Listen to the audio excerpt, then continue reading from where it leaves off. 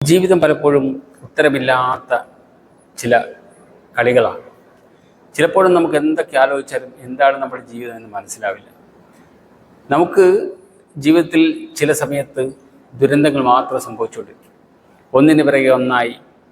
നമ്മൾ ഈ സമയദോഷം എന്നൊക്കെ മുമ്പുള്ള ആളുകൾ പറഞ്ഞു കേട്ടുള്ള അതേപോലെ എന്താണ് യഥാർത്ഥത്തിൽ ഇങ്ങനെ സംഭവിക്കാനുള്ള കാരണം? ആരെങ്കിലും അത് ചിന്തിച്ച് നോക്കിയിട്ടുണ്ടോ?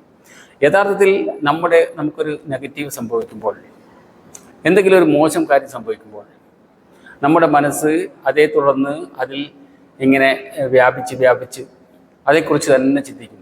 എനിക്കെന്തോ സമയദോഷമുണ്ട്, എനിക്കെന്തോ സംഭവിച്ചിട്ടുണ്ട് എന്നുള്ള രീതിയിൽ നിരന്തരം ചിന്തിച്ചുകൊണ്ടേയിരിക്കും.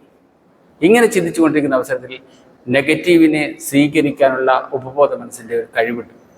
അതായത് നിങ്ങൾ പോസിറ്റീവാണ് ചിന്തിക്കുന്നതെങ്കിൽ പോസിറ്റീവിനെയും, നെഗറ്റീവാണ് ചിന്തിക്കുന്നതെങ്കിൽ നെഗറ്റീവിനെ സ്വീകരിക്കാനുള്ള ഒരു കഴിവ് സ്വമേധയാ മനസ്സ് ആർജിച്ചെടുക്കും. അതുകൊണ്ട് തുടർച്ചയായി നിങ്ങൾക്ക് നെഗറ്റീവുകൾ സംഭവിച്ചുകൊണ്ടിരിക്കും.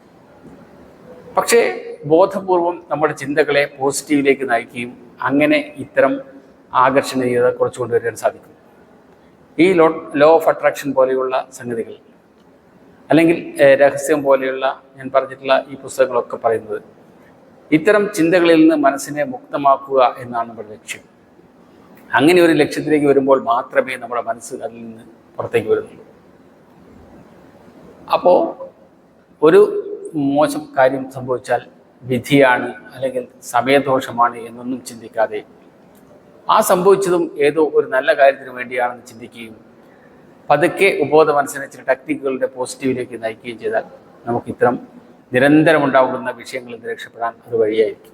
തീർച്ചയായും നിങ്ങൾ ഇത്തരം സംഗതികളിലൂടെ കടന്നു പോകുന്ന ആളുകൾ ഇതിനെ ഒന്ന് മനസ്സിലേക്കെടുത്ത് അതേപോലെ പോസിറ്റീവിനെ മനസ്സിലേക്ക് നിറയ്ക്കുകയാണ് ചെയ്യേണ്ടത്.